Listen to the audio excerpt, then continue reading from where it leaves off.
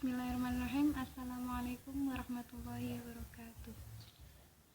Saya Dewi Novitasari. Di sini saya akan menjelaskan sedikit materi saya tentang perancangan kontrak syariah. Oke, materi yang pertama tentang pengertian kontrak syariah. Kontrak syariah adalah perjanjian atau perikatan yang sengaja ditulis berdasarkan prinsip syariah yang digunakan sebagai alat bukti bagi para pihak yang berkepentingan. Menurut Fathur Rahman Jamil, syariah Islam memberikan kebebasan kepada setiap orang yang melakukan akad sesuai dengan yang diinginkan atau sesuai kehendaknya. Jadi dalam Islam itu tidak diatur tentang kontrak apa saja yang akan diperjanjikan selama itu tidak menentang hukum Islam. Syariah memberikan kebebasan kepada para pihak untuk membuat perjanjian atau perikatannya terkait apa saja yang boleh diperjanjikan selama itu tidak melanggar hukum syariat.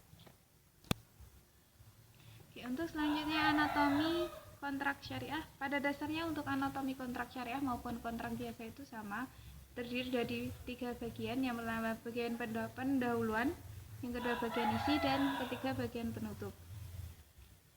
Pada bagian pertama ini memuat sebutan atau nama kontrak dan penyebutan tanggal dari kontrak yang dibuat dan ditandatangani, tempat dibuat dan ditandatangannya kontrak.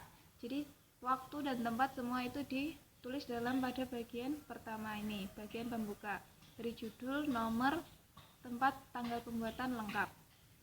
Terus yang kedua komparisi para pihak. Yang pertama itu yang harus diperhatikan dalam komparisi para pihak. Yang pertama, para pihaknya harus jelas. Yang kedua, orang yang menandatangani harus disebutkan kapasitasnya sebagai apa. Terus yang ketiga, pendefinisian pihak-pihak yang terlibat dalam kontrak. Dalam membuat suatu kontrak itu ada beberapa nilai yang harus diperhatikan dalam kontrak akad. Bagaimana dalam hukum perjanjian menurut KUH Perdata yang mengenal tentang asas kebebasan berkontrak, asas personalitas, dan asas i'tiqad baik. Sedangkan dalam hukum adat mengenal adanya asas terang, tunai, dan real. Dalam hukum Islam juga mengenal asas-asas hukum perjanjian, diantaranya yang pertama al-hurriyah atau kebebasan, yaitu dalam pembuatan akad kontrak itu diberikan kebebasan tentang apapun yang dibuatnya selama tidak menentang hukum syariat. Terus yang kedua, asas al-musawah atau persamaan atau kesetaraan. Terus yang ketiga, asas al-adalah atau keadilan. Dalam membuat suatu kontrak itu isinya harus ada keadilan di antara pihak yang lain. Terus yang keempat, asas al-ridhoyah atau kerelaan atau konsensualisme. Terus yang kelima, asas as-sidqi atau kejujuran dan kebenaran. Oke, dalam membuat suatu kontrak itu tidak akan terjadi atau tidak akan timbul suatu kontrak jika tidak ada kejujuran dan kebenaran.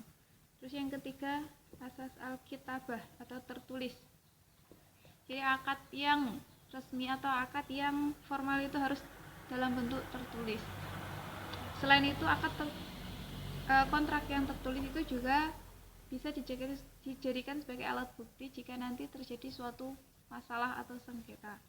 Yang kemudian asas al-manfaat atau kemanfaatan. Jadi dalam suatu kontrak itu harus terjadi adanya kemanfaatan dalam akad yang digunakan tersebut.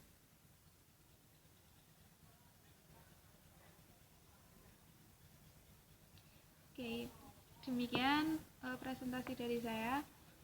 Berikut akan ditampilkan beberapa contoh tentang akad syariah. Berikut ini adalah contoh dari akad syariah. Dalam contoh akad ini terdapat 3 bagian, yaitu bagian pertama yaitu terdapat dalam judulnya, yaitu perjanjian bagi hasil akad mudharabah. Yang kemudian adalah komparisi para pihak, isi, dan penutup.